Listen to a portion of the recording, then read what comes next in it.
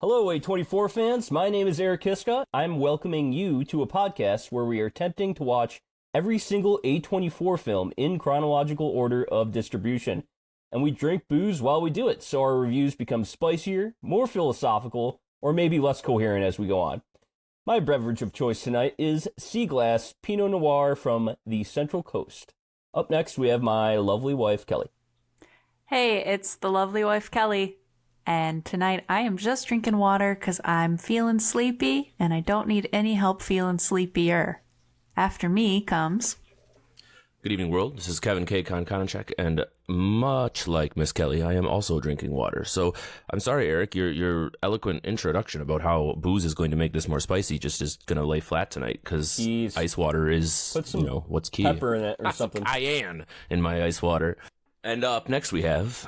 What's up? It's your boy Blaze Fitzgerald Ryan back at it for another week. Eric, I will hold you down. I am drinking Coppertail Unholy American Triple Ale, one of my favorites. So let's get into this movie.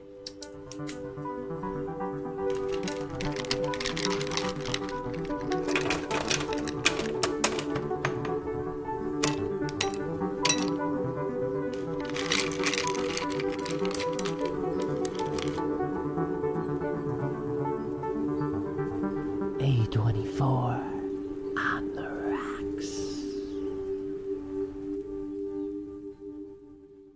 Fantastic. So tonight we are reviewing the film Swiss Army Man, and you know what that means. We're gonna let it rip.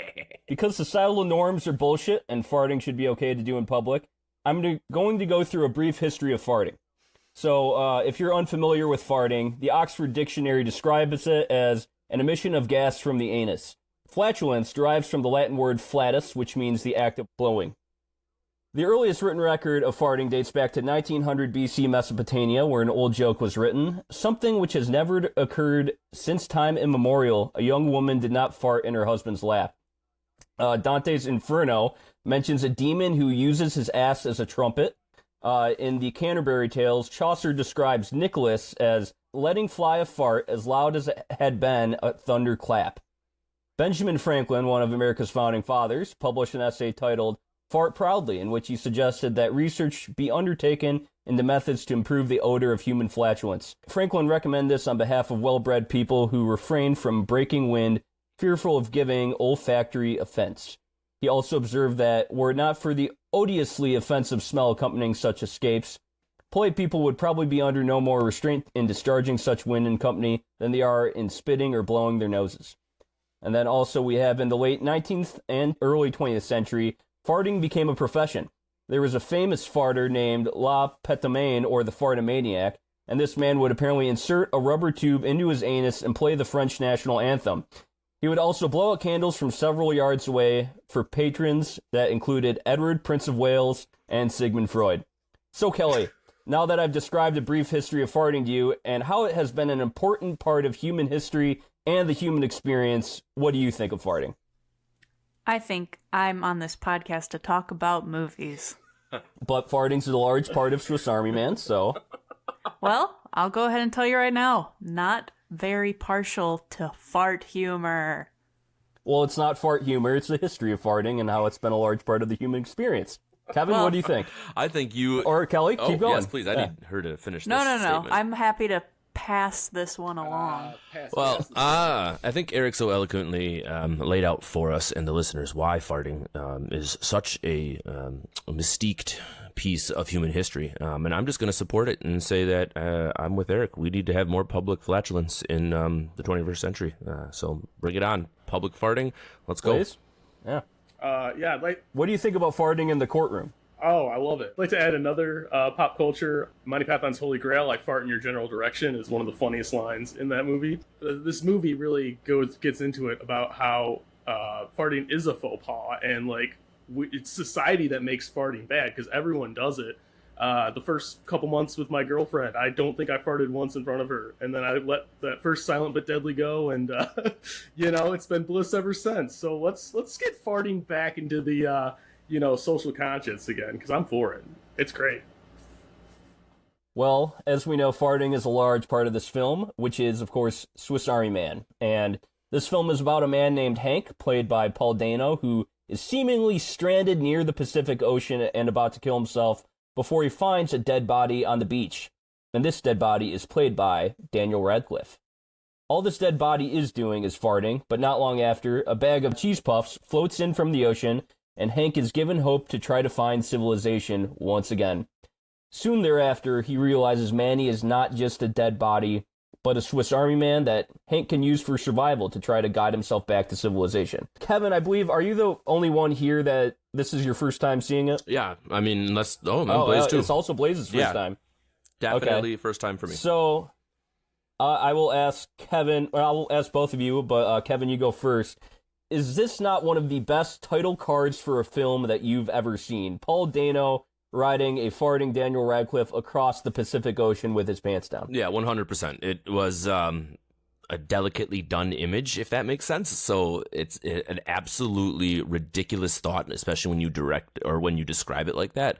But if you can make it through the first 7.5 minutes of this film, you're hooked for the rest of it. And I think that's a very, very critical point. And I think that the Daniels, when they wrote and directed this, they understood that this movie isn't going to be for everybody. But if you can appreciate that first 7 minutes, and like you said, that title track going across with, the fart boat just going across the ocean and the beautiful soundtrack playing in the background, no, there isn't a better one in recent memory for me, especially not in A24. All right. Blaze, what did you think of that title card? Yeah, everything that Kevin said and more. I really enjoyed the opening of this movie. It showed how the movie was going to play out. It takes genuine, real-life subjects, and it adds just such a level to absurdity to it that you almost get lost in its own crosshairs. I watched it, and I turned to my girlfriend and I said, "This is such a Blaze movie. How come I haven't watched this yet?" The farting, it really got to me, and just, we can get going to the themes of Desert Island and stuff like that. What a perfect opening sequence to tell us what this movie was going to be about. Yeah. Lost for words. So our directors for this film were, of course, the Dans, or Daniel Scheinert and Daniel Kwan, who just won an Academy Award not too long ago. For Best Director, they directed the highest-grossing A24 film of all time, Everything Everywhere All at Once, and they're definitely now publicly known, very well known amongst the Hollywood crowd. Swiss Army Man was their debut feature film, but before they directed that, they directed music videos, Houdini by Foster the People, and Turned Down for What by Lil Jon, a very eclectic two different styles of music, both of them which earned a Grammy nomination. Kelly, what do you think of their directorial style, and are they auteurs? Define auteurs for the audience, not for me. Auteur, I would say, is an artist that kind of creates their own genre of art in a way, it's their own theme. They are distinctly creating something that is only them. Like Quentin Tarantino, for example, he has certain things he does in his films where if you watch a Tarantino film, you know immediately it's them. Or Picasso and the way he drew humans, right? It was very distinct. You saw a Picasso painting, you know it's Picasso. Yeah, okay, well said. In that case, 100%. It was a leading question, but I completely agree. Well, you could say no. Couldn't watch. Yeah. I couldn't watch Swiss Army Man without thinking of Everything Everywhere All at Once. Now, it is our second time, Eric and my second time seeing Swiss Army Man together, and now I'm seeing it through the lens of this other movie that they made. These music videos make a lot of sense because they do have a very distinct style, and it is this overarching concept of life is really quite bleak, so just be absurd. That's their philosophy behind it. And then a lot of kind of just stylization behind the way that they do their action sequences. In this movie, a lot of the time it's this interesting slow-mo. It's almost like camera shots for a sec. It changes things, or a big zoom out after close-ups. And Everything Everywhere All at Once does a lot of those same kind of treatments. So definitely a style that as soon as you know about it, if you've seen two movies, I think that we're going to see this carry on through.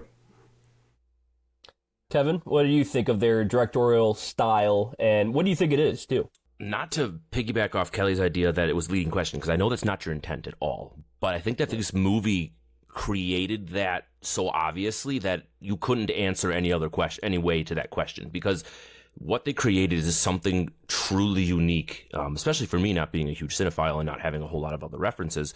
But it's very clear that this hour-and-a-half feature is kind of a stretch of a music video almost. At least for me, it felt that way, with the heavy inclusion. And when we get to the whole soundtrack bit, that'll be heavy what I focus on.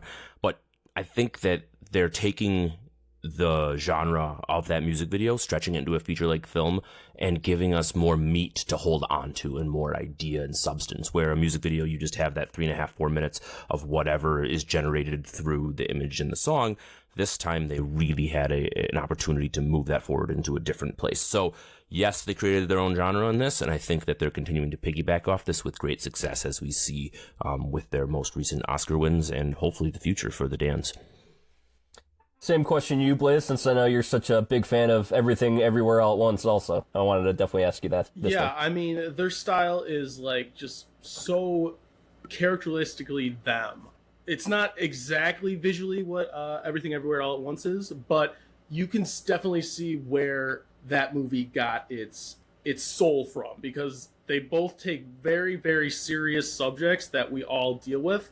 Very generalized too. It's all about, self-doubt, where we belong in society, stuff like that. And they turn it into an absurdist dream. It's a dreamscape. Like Kevin said, it almost feels like it's so fantastical that it feels like a music video, and you really feel like every single prop in the film that they use it means something.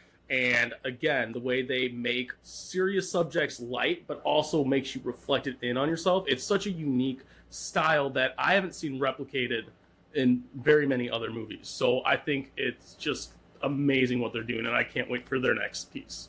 Recycling seems to be a big theme of this film, and Hank is constantly recycling trash to create entertainment and to survive, and all of Manny's powers are essentially from recycled things. Kelly, what did you think they were trying to say with the motif of recycling? I didn't even really pick up on that. I only got, he's trying to survive and people waste a lot of crap all the time, and what happens to this waste. And then Manny, when he begins talking and making word associations, associates his own corpse with trash. And it's this... we discard things. That's the message that I got behind it. But I understand the recycling aspect. But yeah, what I got from it was definitely just stop wasting stuff all the time, making garbage everywhere. So we'll go forward in the film and then back. There's the line, everyone's shit mixing together. That sounds pretty nice. As we die, we are all just basically in the dirt mixing together, and our energy gets recycled back into the earth. Kevin, I know now I'm going to ask a leading question, but what did you think of the motif of recycling? I thought that the theme of recycling was actually a little bit more centered around the idea, like Kelly had mentioned, of garbage, and the idea that everything in this film felt kind of discarded, including our main character. Society has discarded him, has put him off to the side, and now through this journey with this Swiss Army man, we start seeing some of the repurposing of that trash. We start seeing the creativity that can be put into it when, we'll say, society invests in an individual who may have mental illness, or where a person who dig down deep inside turns a bad situation into something good. I think that the recycling theme in there is really about the journey that we have of our main character and kind of how he goes from that suicidal individual that we see right at the beginning, and we'll call it recycling, but takes what was maybe lost to him, refines it, and kind of repurposes it in a new way.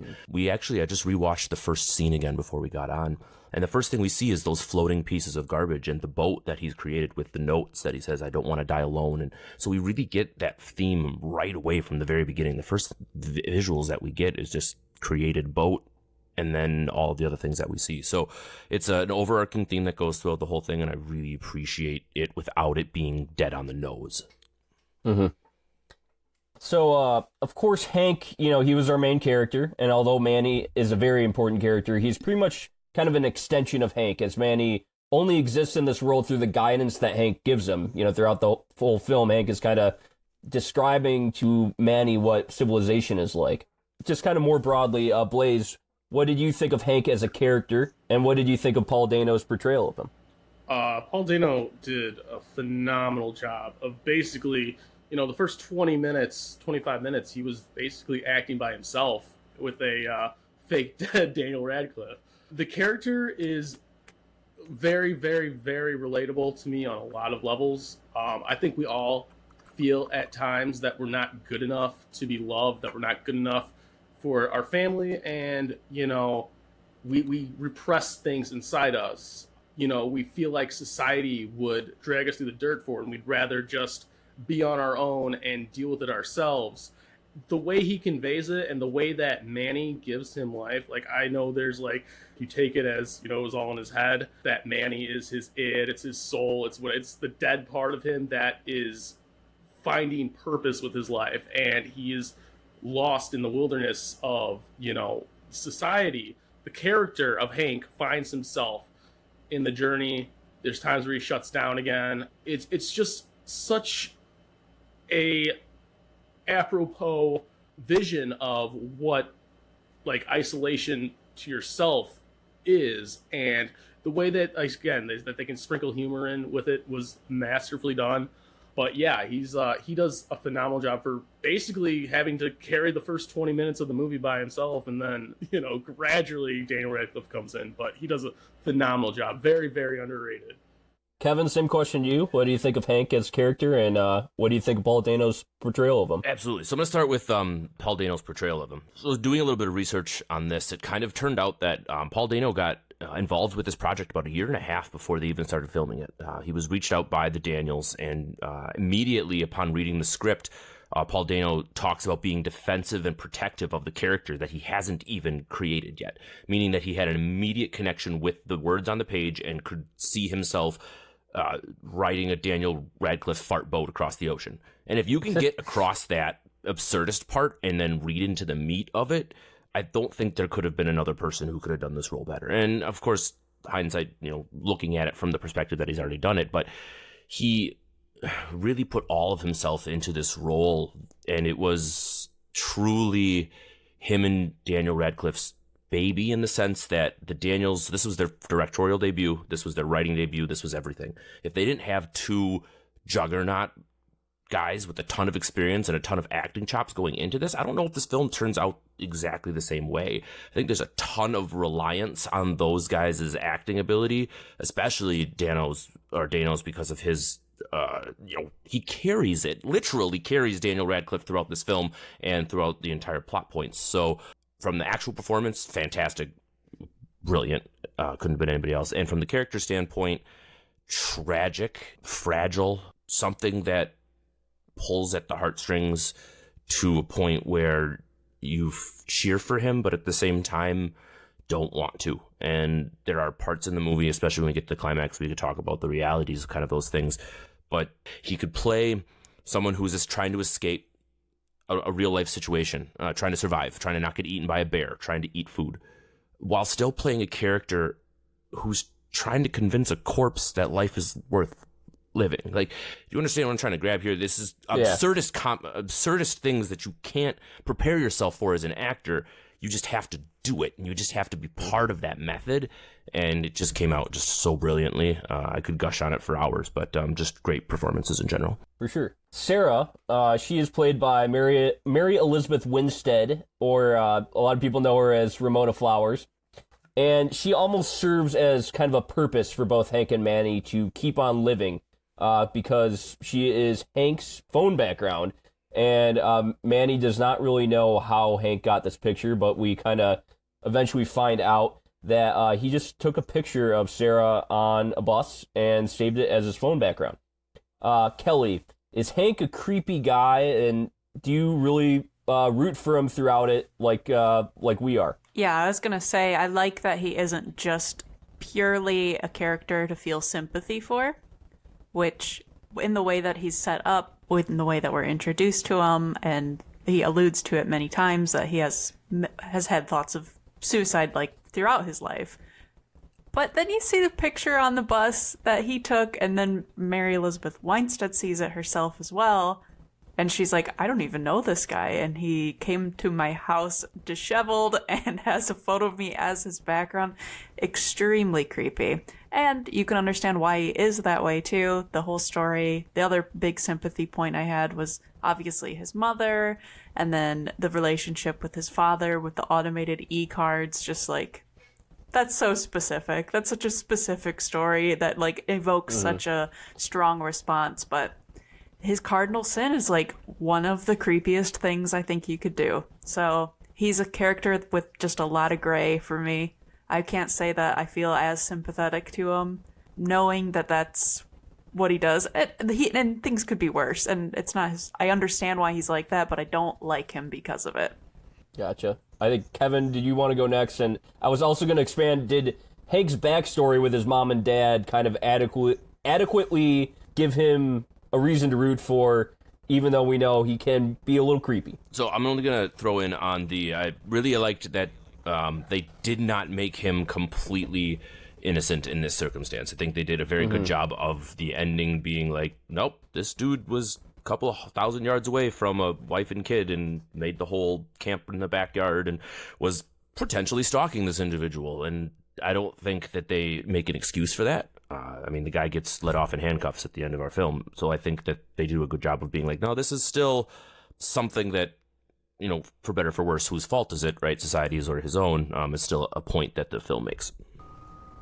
So, Blaze, I think I'm kind of catching an idea here. Was Hank an anti-hero? Well, I want to go back to what Kelly was saying real quick. I do think he is an anti-hero in some senses, but I think by that point in the movie, like, we're already talking about the end of the movie, just so everyone knows in case you haven't watched it. He had already told Manny that we don't need Sarah, we have each other. He had already grown out of this infancy of emotion, and the truth has to set you free. So he had to own up that, you know, he had this creepy photo on his phone, which I'm not defending, but at the same time, by the time she had found it out, he was already past her. He was already living his best life. He was ready to fart in front of people. I think her finding thing on the phone, the fact that, you know, all this like imagination world was, you know, just beyond their hill, I think it's part of the catharsis of Hank that he had to deal with reality because he was living in this imaginative world where he felt safe with Manny. So it's creepy, yes, but the fact that when it came out when it did, it means that he had gotten past stalking of a wife and mother. He is not redeemable in the complete sense, but I do believe that, like, again, we're all flawed, and if we can get past that part in us, then there is a redemption arc. All right, so let's go to our other lead character here, Manny. This film came out about 5 years after the last Harry Potter, and at this time, Daniel Radcliffe was really trying to break out of the typecast of Harry Potter. He was taking a lot of indie flicks at this time, and none were very successful. Kelly, do you think? What did you think of his portrayal of Manny? And also, did he break out of that Harry Potter typecast with this film? Yeah, I mean, it helps for me that I haven't watched all the Harry Potter movies, but I feel like I grew up with him. He's probably like my age or so, too. So I recognize his face as Harry Potter, but I also recognized him as a dead body in this movie. I would find myself at a spot where I'm like, he's actually a real person, like, in there right now. It's almost like a prosthetic in the way that he's flopped around and the way that he moves. But if there was ever a way to, like, kill your typecast, I guess playing a corpse would be a very direct route to take, and that's what he did, and It worked for me. I think he did an excellent job, and it was very believable. Mm-hmm. Kevin, same question to you. What did you think of his portrayal of Manny, and did he break out of that Harry Potter typecast for you? Can you not see him as Harry Potter anymore after watching this film? All right, so for me, I have watched all the Harry Potter movies several times over. They're a huge part of my family's Christmas, blah, blah, blah, blah. So for me, he'll always be Harry Potter, but he did do a very good job in separating that image for me in this film. he was doing some interviews that I was listening to that he talked about how he was struggling getting this character down, and he was trying to figure out how he was going to do his lines, and they were all coming across zombie-like. And he then realized that the makeup and the effects team is what is going to make that effect of the dead body. All he has to worry about now is delivering the lines and getting that side of what we're looking for in this film. I think Kelly did a really good job on the physical acting, or mentioning the physical acting of him in this role. A lot of limp body scenes and a lot of things where Paul Dano was literally carrying his, presumably 150, 160 pound frame around the woods for 22 days. And even though he had the ability to use a prosthetic in some circumstances, Daniel Radcliffe really wanted to be out there. He wanted to be part of that process. So much as even when the directors suggested they use a prosthetic butt for the first scene and the farting boat, he said, nope, you're taking a model of my butt because it's going to be me and I want it to be authentic.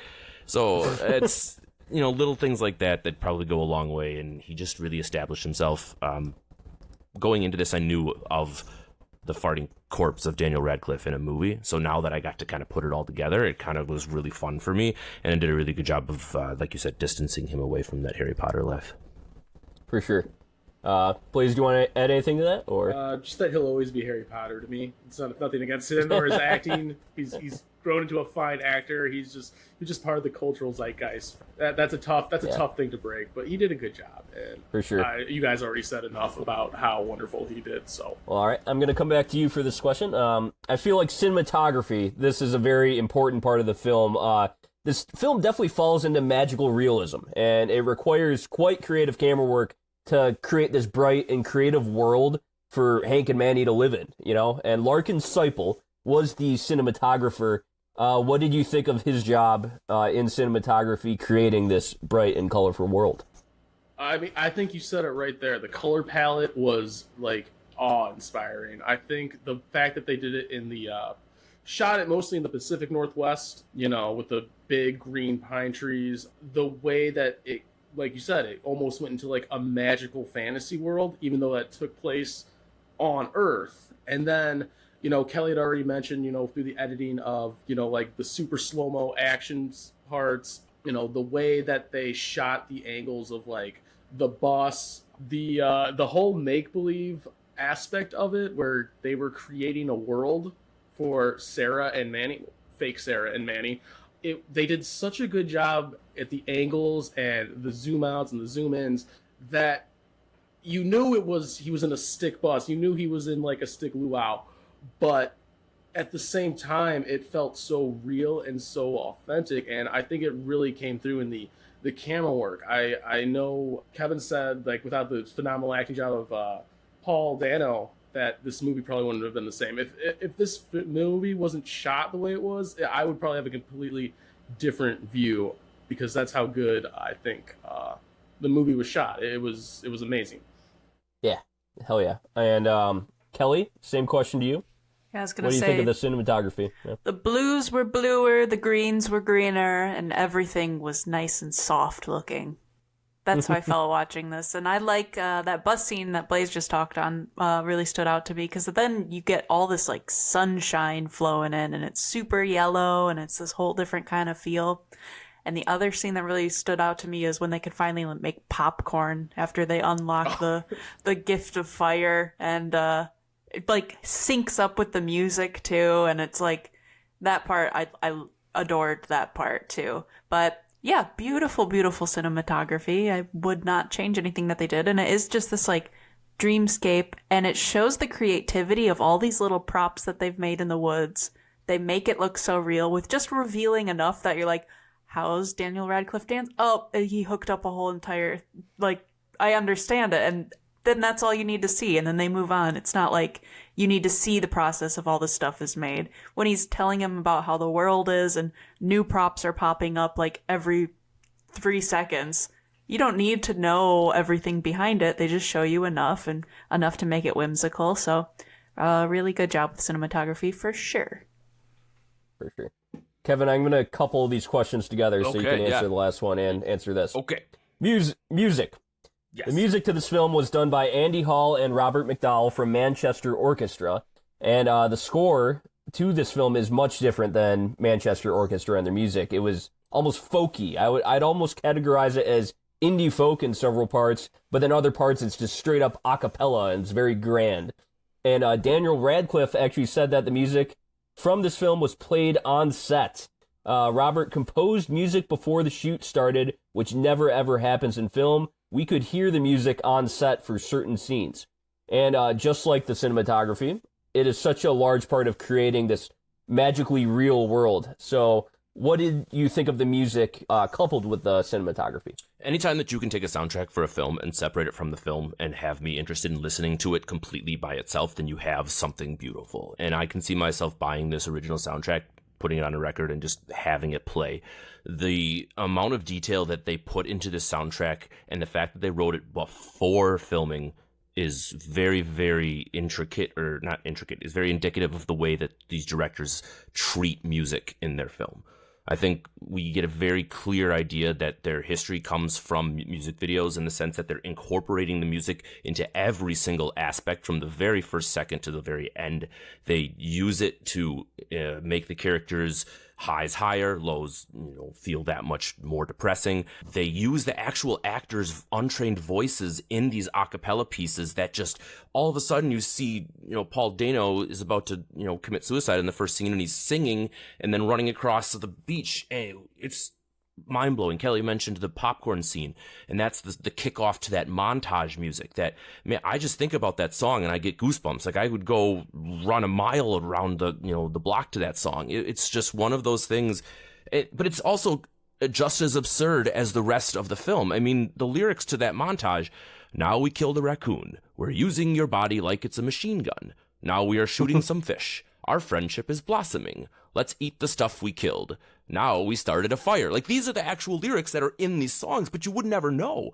Same with when we get to the Cotton Eye Joe cover and we talk about, he says some of the songs that get stuck in their head are the ones that you hate the most. We get an ethereal version of Cotton Eye Joe, and then we get this Jurassic Park.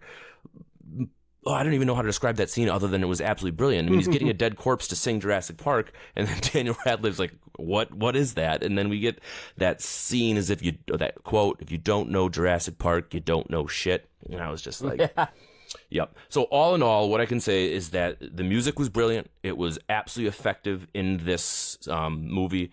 It was something that I want to listen to again and again. Super unique in the sense that it was created beforehand, and it gave the actors something to kind of play off of. There's a really cool scene where they are filming Paul Dano on the boogie board as he's going across the ocean, and they're playing that song that you're seeing in that scene in like loudspeakers as he's going across. Like, I can just imagine being a method actor and having that, what is going to be playing as you do. It's just brilliant to me. So kudos to them. Very awesome job. The other scene I wanted to talk about, cinematography-wise, I love the cave with the rain and the way they filmed that from the inside with the lights flashing out, and just kind of how that was the start of all the supernatural stuff and just in general. So, kudos. Kelly, did you have a favorite song from the film? I know we were chanting pop popcorn when we watched this. I understand why the music is what it is, and Kevin did a great job of describing why it's a perfect fit. I have to say, it's just not my taste, though. I really hate music that sounds like this.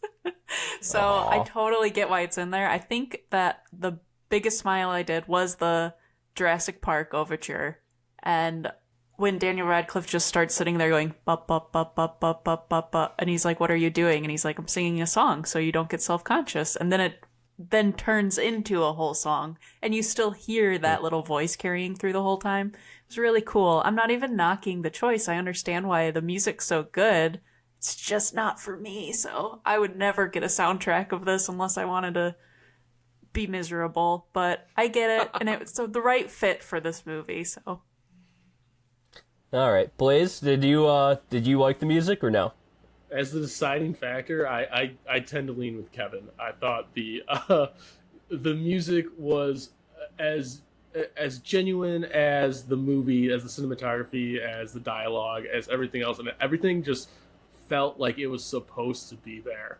I know it's a little corny at times, that I'm fucking crazy song. It's like, I would listen to that in real life. The popcorn song is very annoying, but I really enjoyed it.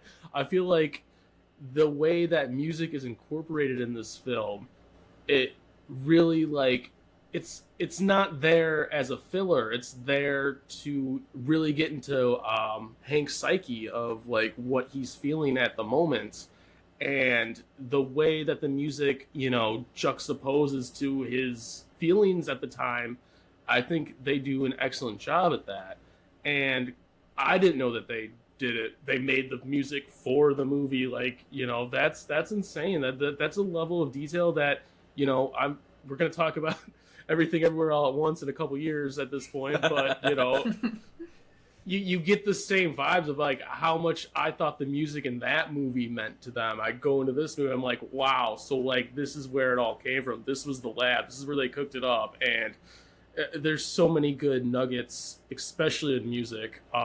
It's a little folksy for me at sometimes, but I think, especially in the setting, I think it worked for it. But overall, I'm glad the music was there. The Daniels have even said that they rewrote a couple of the scenes after they got the soundtrack back to them because it was so good, and they wanted to incorporate as much of it as possible into the actual scenes in the movie. For sure. So yeah, you were also talking about montages here, and this film has a whole lot of montages in it. We have the montage of Manny on the bus trying to talk to Sarah, who is Hank dressed as Sarah. The montage of Hank and Manny finding vodka and partying and them doing the shadow show. And we know our director shot music videos before, and pretty iconic ones at that. So it almost kind of seems like we're watching a slew of music videos here through the middle of the film. So Blaze, did this film successfully do what Spring Breakers couldn't do in that it used strong montages to carry a well-thought-out story and develop interesting characters? Good Listen, luck, buddy. when we talked about leading questions before, Hey, the flaming piano montage in Spring Breakers, we all agreed was actually pretty okay. thank Yeah. you. Thank you. I agree with that one. All right. I'm someone who generally thinks that montages are a crutch. I think, what was that Ben Stiller movie we reviewed that had a lot of montages? While we were young? Yeah. While we were young? Yeah, while okay. we were young. I thought they did it well. I thought Spring Breakers did it well. I think A24 has a pretty good history with montages, and this one is probably the best of all of them because, like Kelly said in the cinematography, a lot of things happen really fast, and the fact that we don't have to question how all this wonderful things are made for us, and it's just shown to us, means that the movie knows that we don't care. It's just the fact that these Rube Goldberg machines are actually working for us. Yeah, I think the montages are an extremely important part of the movie, and it really, like, that's when you really get to know Hank, because the way that Manny is feeling, especially towards Sarah, it throughout the montages, it bleeds, and it cuts to a point where it snaps for you. The fact that it works so effectively in a thing that I think is a terrible movie crutch, is a terrible movie trope. I mean, I got to give them credit for it because the montages were probably some of the best parts, especially camera-wise. I think the camera was at the coolest angles when they were doing montages, and yeah, I mean, I could talk all day about it because it's just amazing how they did it. And Spring Breakers was great too. Britney Spears rocks. Go fuck yourself. Kevin, same question to you. Yeah. Montages. Yeah. I think that they did a really good job of having different feelings within each montage. So, I mean, you kind of referenced some of the ones that we did see, but the bus montage especially, there was just something about the way that whole scene was kind of created. All of a sudden, it went from Paul Dano putting on the wig and the dress to all of a sudden this huge, elaborate, well thought out, role play, essentially what it came out to be. Daniel Radcliffe has since been quoted as saying if there was only one thing that he could take away from his career, at least at the time when this was recorded, that he would take that scene as what he would be remembered for. He really thought that they did such a great job. I mean, he captured so much emotion in that scene in general.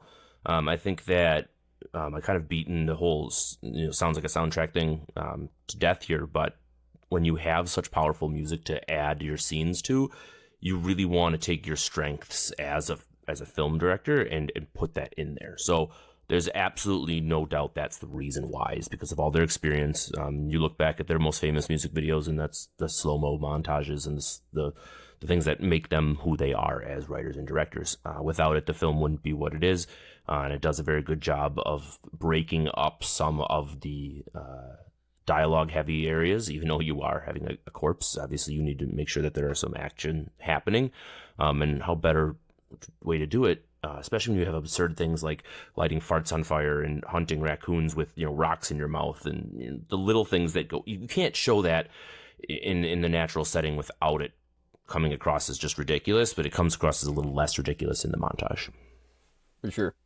So, Kelly, you didn't like the music in this. Do you think this film would still be good without the music? Is the script, story, and acting good enough for this film to exist on its own? Nope. I think it needs the music, and I think it was the right fit for the movie as well.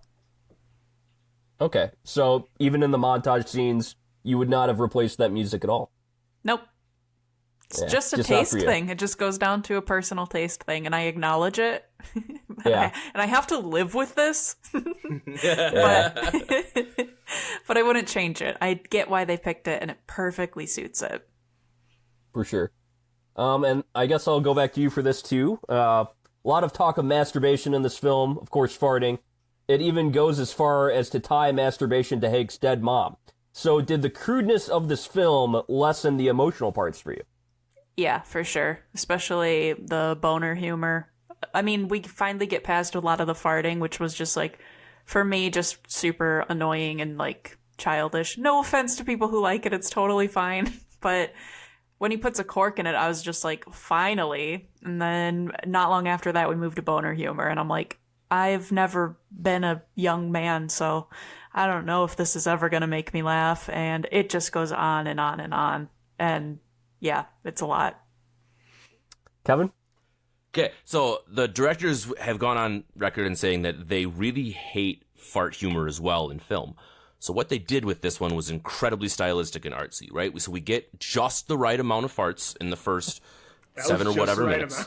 Then literally as they put the cork in Daniel Radcliffe's ass, there is not another fart for the next hour long. So they do such a really good job of putting it in there.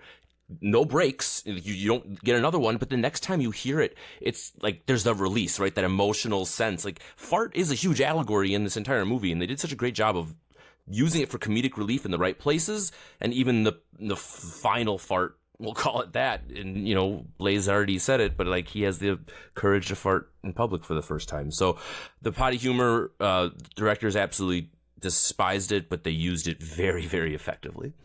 Same question to you, Blaze. Did the crudeness lessen the emotional parts of the film for you? No, it intensified it for me. I think, like, okay, so the whole masturbation talk.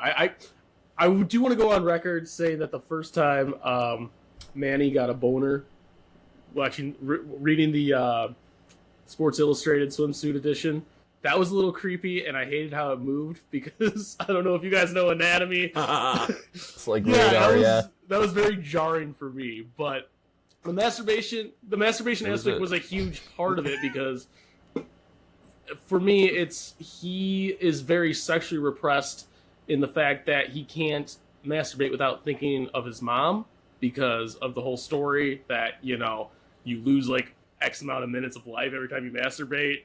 And it's a whole crazy ass story. So part of his sexual obsession is really what probably starts his obsession with this stranger on the bus, and he represses it.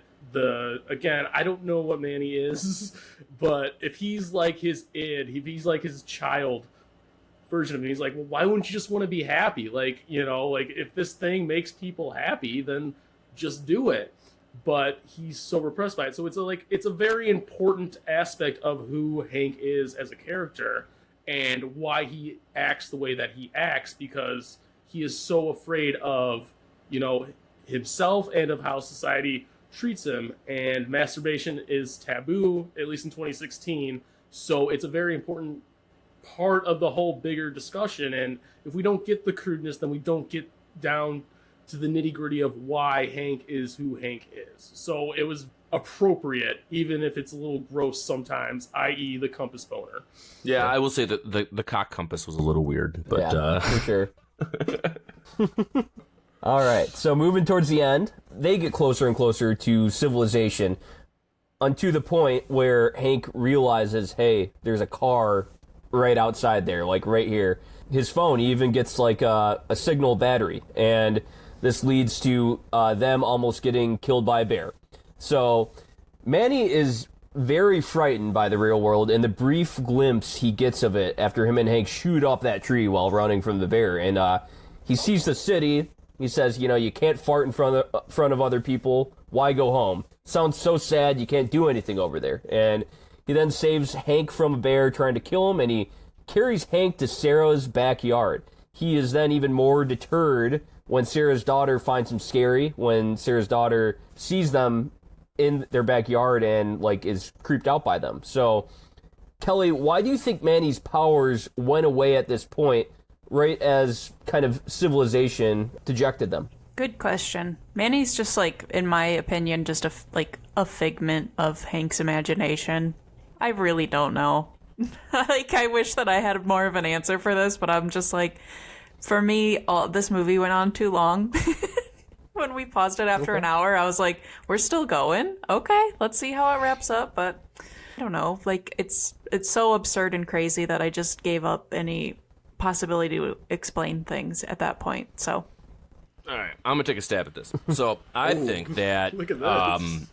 the reason that the powers go away is because Hank emerging from the woods is, as we've kind of alluded to, him overcoming this phobia and this fear of society. And he has found a way to climb out of his imaginary bus cafe situation down the hill and has now admitted that he doesn't need Sarah, right? He doesn't need this idea of that, and he's willing to kind of get reintroduced into society. So I think that's the literal, I'm going to dump myself in the backyard, and I'm going to speak to Sarah, regardless if it's for better or for worse. And I think that that's only accomplished by Manny, or the assistance of Manny, and having to explain, humanity and things like that to him. So I think that's kind of what the representation is there, especially as we kind of see the way the whole ending compiles itself. But Manny did its job, created the confidence in our main character to kind of overcome those obstacles, and dumps him in the backyard to kind of deal with the real world. For sure.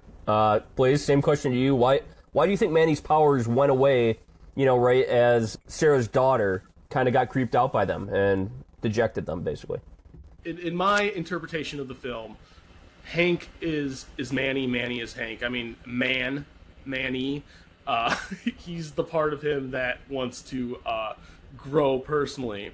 So the closer he gets back to, like, the things that actually scares him, i.e. human interaction, i.e. rejection, i.e. heartbreak, he starts to shut down.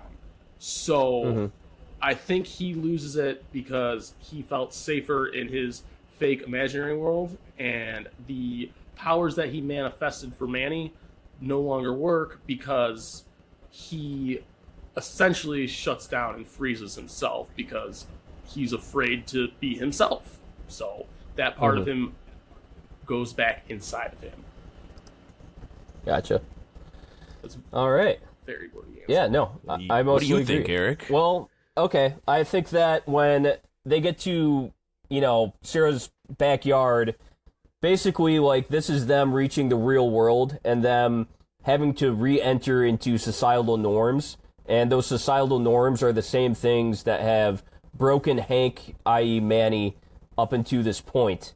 And it's basically kind of, the whole film is about loving yourself and trying to live freely as yourself in a world that cannot really accept you.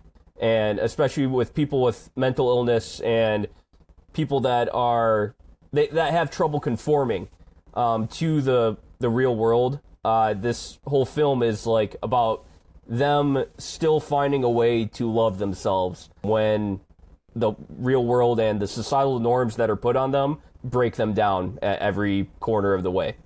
I mean, this is going to lead right into my final question. Sarah comes outside and realizes Hank is hurt and needs help, and of course calls the cops, and news cameras come, and Hank hides who he is, says he's Manny so he can avoid having to explain that he took a picture of Sarah and, like, saved it as his phone background, and his dad, who he's had a sordid relationship with in the past, he cries as the cop appears to be putting his son away in a body bag and needs to identify him. And this then, it actually breaks Hank out of his shell, and we realize, or the news cameras and everybody realize that Hank is the man who's still living.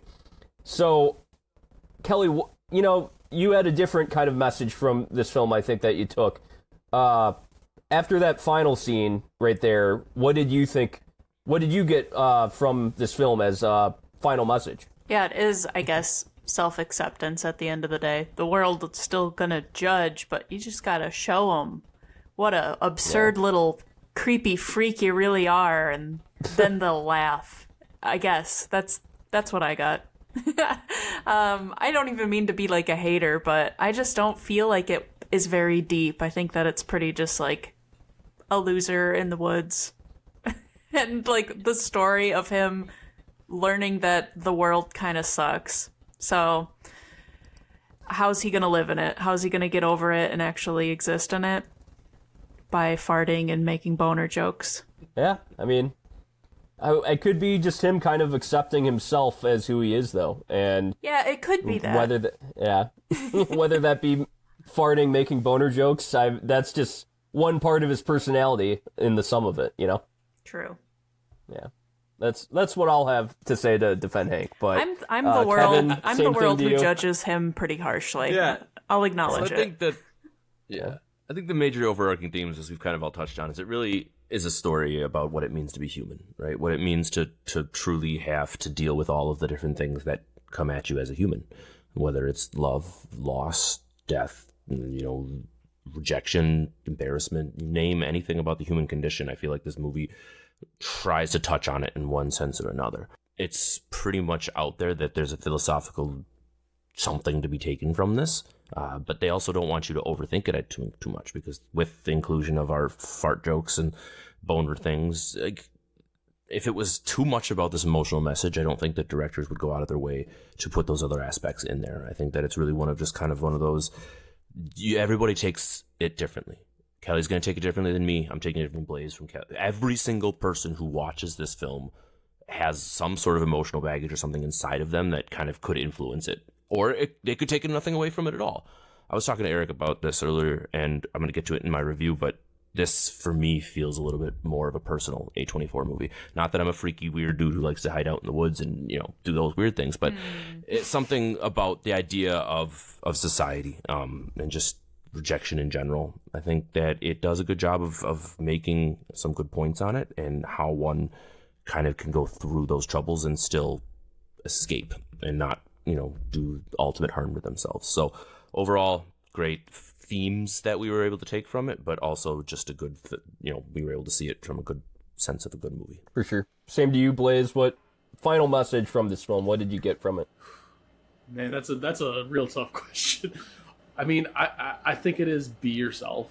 I think it's like people are going to judge you no matter what you do, but inaction is worse than the other two fates of whatever your action is. So you need to be true to yourself. You need to find your inner happiness, and isolation might seem like good at times, but if you stay isolated and in on yourself for an exaggerated amount of time, you're going to have bad thoughts. You're going to think about suicide. You're going to repress feelings that you need to let out. So again, I think this movie speaks very strongly about being an individual, being proudly weird, not to use a cliche, but, let your freak flag fly, because anything less than that, you're not going to have a fulfilling life. And I think the fact that they allude to Manny actually being a jumper, a person who actually did commit suicide, and it's probably someone who didn't live the life to their fullest, I think it's a redemption arc for Hank that he doesn't have to go down that route. If we take this as, it was all in his imagination, the cops are going to have to look at him as a guy who's in a lady's backyard playing with a corpse for a couple weeks. And mental illness, we need to talk about that too. I'm not going to get too far in the weeds on that. But I think the overall arcing theme of this movie is to be yourself and let the world judge you on that, instead of cowering in the corner and letting the world pass you by.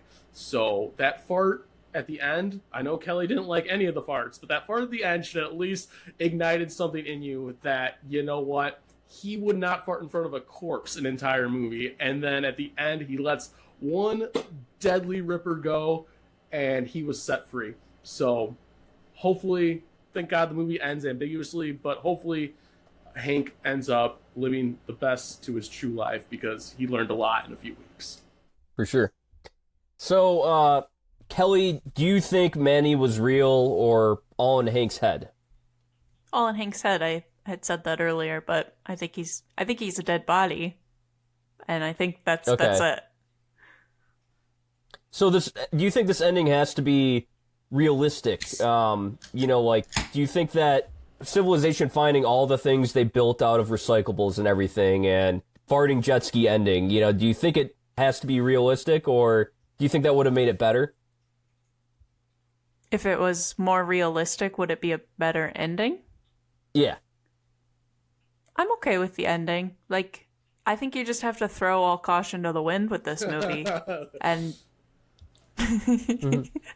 and Yeah, I mean, yeah. like The last line of the whole film, right, Kelly? right.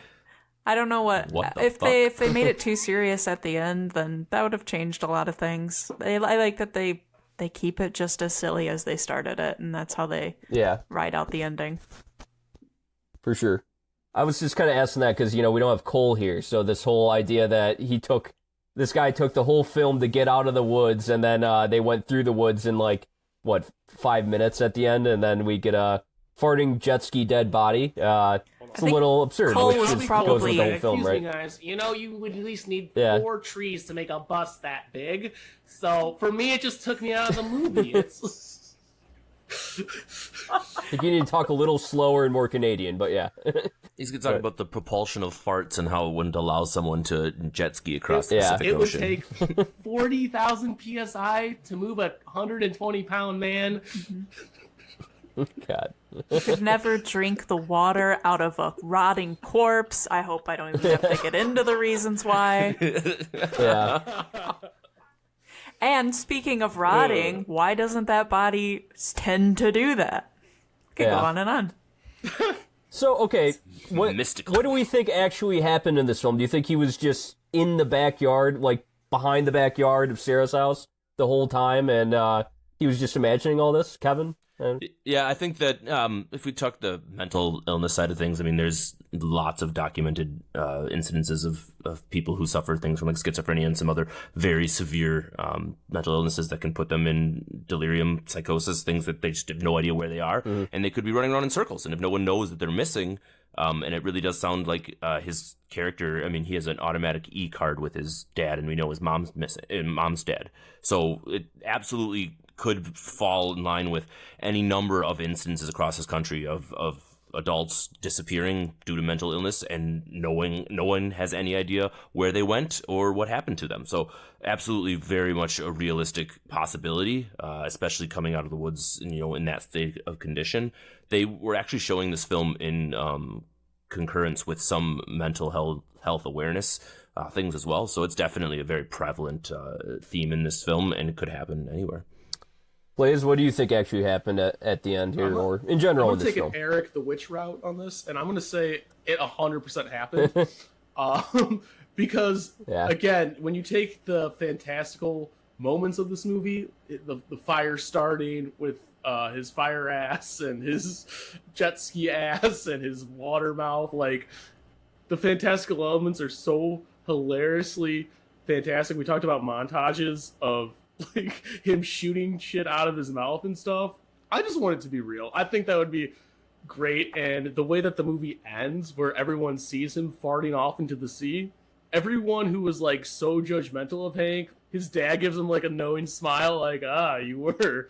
So I'm gonna go ahead and say yes, it was a actual fantastical adventure, and Manny is the corpse that saves America one person at a time.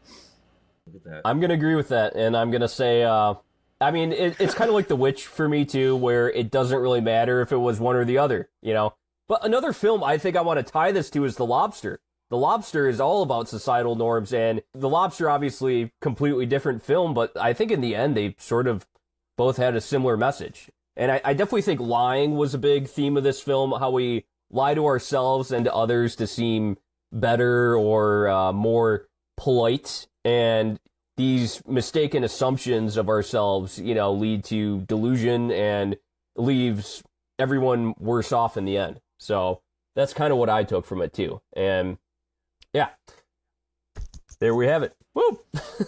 Eric, you made my thoughts think All thoughts, and I'm shutting down. Brain. All right, so I guess I'll start with this one after having said that. I watched this film, I think for the first time like 3 years ago with Kelly, and yeah, it goes up my route of humor. I do like more crude comedies, and I really love crude comedies, but that also have a message in the end. And I really enjoy the message this film gave me. And at that same time, it didn't break out of the realm of comedy for me because of the crudeness. I think my favorite comedies sort of also break out of that comedy genre, and this still is very even a genre film for me, even though it's a dark comedy. I really like this film for the genre it's in, but I don't think it breaks out of it. The cinematography and music were both phenomenal. I love the writing and the acting, so all of that just works for me. But in the end, yeah, like I don't think like for Everything Everywhere All at Once, that really just broke out and transcended all genres. This one did not as much, and I still enjoyed it, but just it's not going to get into the A category for me. So I'm going to give this a B+, and a solid B+ at that. I enjoy it. It just did not break into that A category for me. I will give this to Kevin next. Wonderful. As I've kind of alluded to in this review already, and something that I really want to kind of push forward before I get into this, is that while watching this film, I really enjoyed the process itself. Typically, I take a lot of notes and I get a little kind of in depth while I'm watching it. This one, I set my pen and my paper down and I just watched and I just enjoyed. I laughed with the movie. I cried with the movie. I really went on a journey personally with the whole thing. It really feels like the first A24 movie for me that speaks to me. That is what I'll call my A24 movie so far. I mean, we all kind of have them. We all kind of think about them in a different way. And for me, this ridiculous, absurd movie that on paper should never have happened and probably had a lot of people wondering what in the world these two were doing has given me kind of this rabbit hole of thought to kind of start going down. And it's interesting for me because I haven't seen Everything Everywhere All at Once like the rest of you. And I know that that movie is going to transcend a lot of what I think. And I think that the themes that we see in this film will probably continue to go on. But this really is the freshman introduction for the Daniels. And I think that we'll probably continue just to see so much for. But anyway, to the actual film itself, everything for me worked. Everything from the writing to the dialogue to the filming to the music to the way the actors interacted with each other to the simple ensemble of the cast, the themes, the title track. There's, I don't want to beat it to a dead horse, but I think that we talk about bottling up emotions a lot. And this movie asks the question, what happens if you do that? What happens if you let your emotions fester, if you don't have a good outlet for how you're feeling every single day?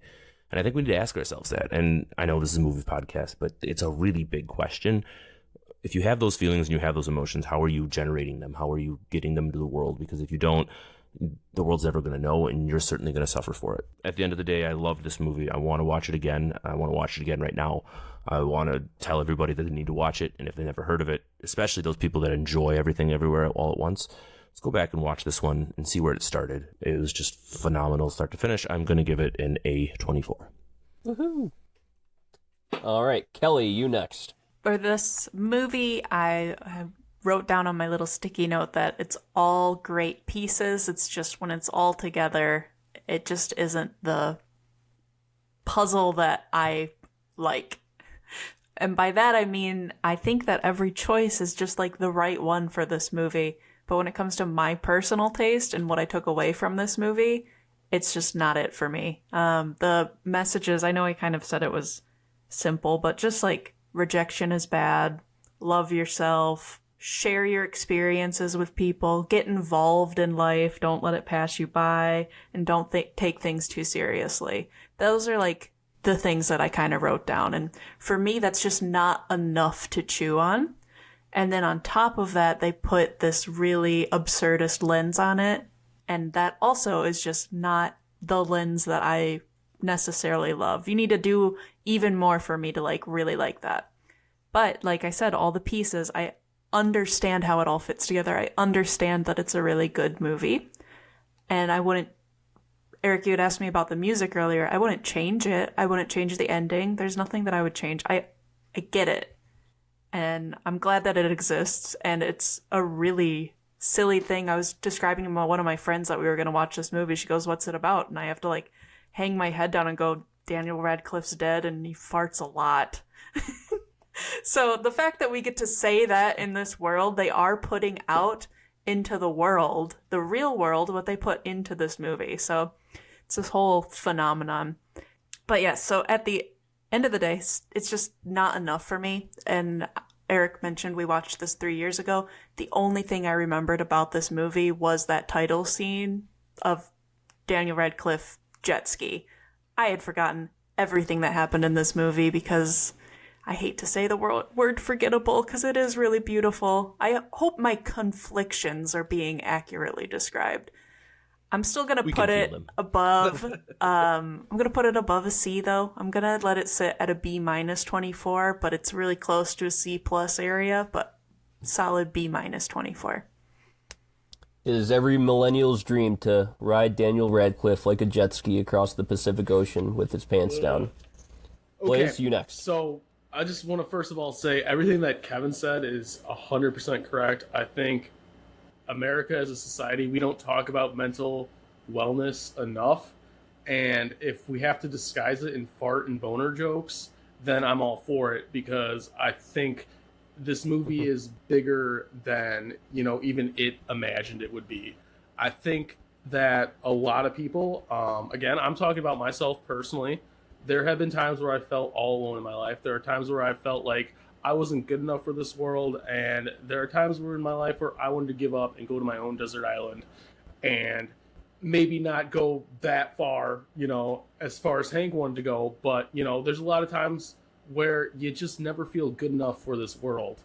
And this is an odyssey. This is an epic of a man who had to learn through a farting corpse that he is good enough, for this world. And we never even talked about, we call him a stalker, like simp guy, but like there's a lot of guys who feel like any girl is not good enough for them, so they won't even give that trying thought.